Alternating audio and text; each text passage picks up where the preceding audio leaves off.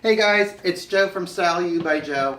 A friend of mine on Sunday on their Facebook posted a crock pot challenge, and as you know from watching my previous videos, somebody said, well, when do you find time to prep your meals? And as I said, I prep them on my day off, and this is a great example. It is a slow cooker chicken gumbo. I'll go over the recipe, and then I've tweaked it a little bit for the way I like it. So let me tell you.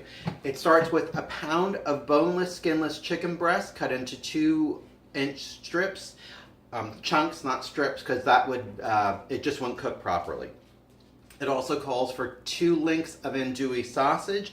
It calls for 1 cup of chopped onions, 2 chopped celery stalks. It calls for 1 green pepper. It calls for a teaspoon of dried thyme. It calls for a teaspoon of dried oregano. It calls for a half a teaspoon of salt, 2 bay leaves. It calls for a half a teaspoon of garlic powder, a half a teaspoon of mustard powder, a 1/4 teaspoon of cayenne pepper, a 1/4 teaspoon of black pepper, 2 cups of reduced sodium chicken stock. It calls for 2 cups of tomato juice and 2 cups of cooked rice. So, as I've said before, what I love about a crock pot is you can just dump it and go. So, I already have my crock pot cooking. We're going to put in our pound of chicken breast, which is actually 1.5 pounds because that's how it came today. I found at the grocery store chicken style andouille sausage, so I used that instead. Obviously, we're bumping up the chicken.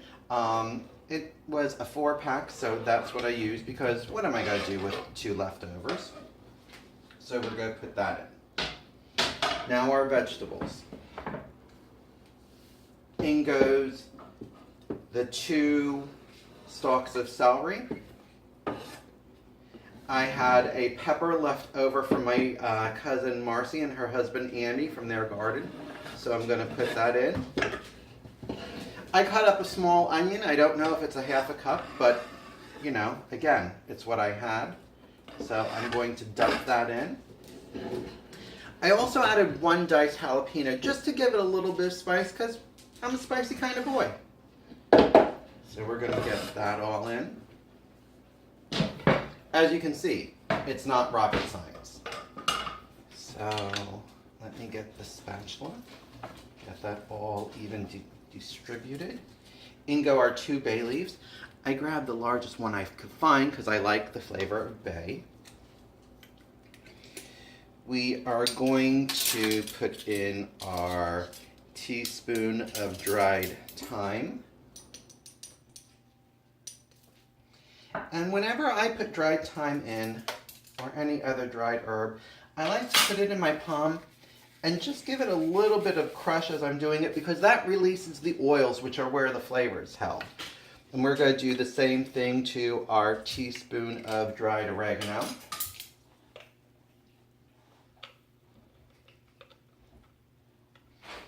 Again, if you don't like thyme, if you don't like oregano, don't use it.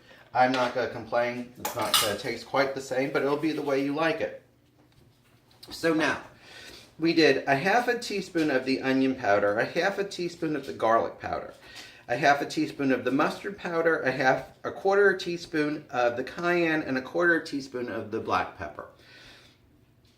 I make my own jambalaya seasoning, which I use for Cajun seasoning. So I'm going to actually just add 2 teaspoons of that because this has onion powder, garlic powder, dried oregano, dried basil, dried thyme, black pepper, white pepper, cayenne pepper, and seasoning salt. So it's basically everything that I need except for the mustard powder.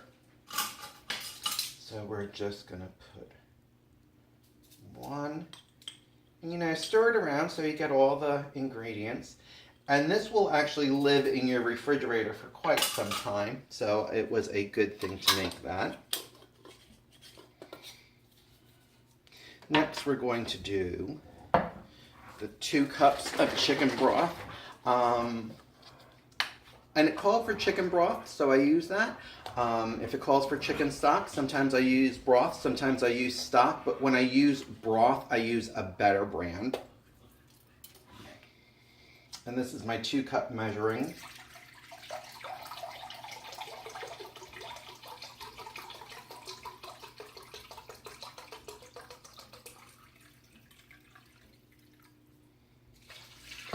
Just dump that in. 2 cups of vegetable juice.